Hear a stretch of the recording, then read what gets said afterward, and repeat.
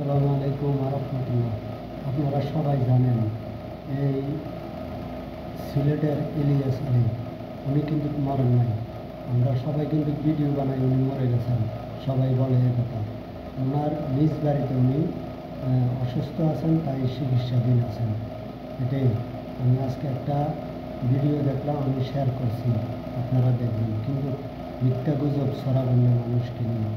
জানি না, এখন আল্লাহ ভালো জানে। আমি কিন্তু ওনার এই যে ফিটটা দিয়ে ভিডিও বানাই দিলাম। যদি মৃত্যু হয়ে থাকেন তাহলে আল্লাহ যেন ওনাদের জান্নাতবাসী করেন, ওনার জিন্দিগির গুনাহটা যেন মাফ করে দেন।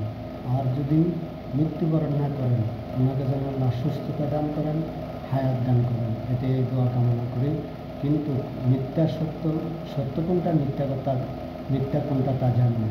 তবে আমি যেটুকু জানি, উনি এখনও আল্লাহর রহমতে বেঁচে আছেন, ওনার নিজ বাড়িতে চিকিৎসাধীন আছেন। আল্লাহ হাফেজ।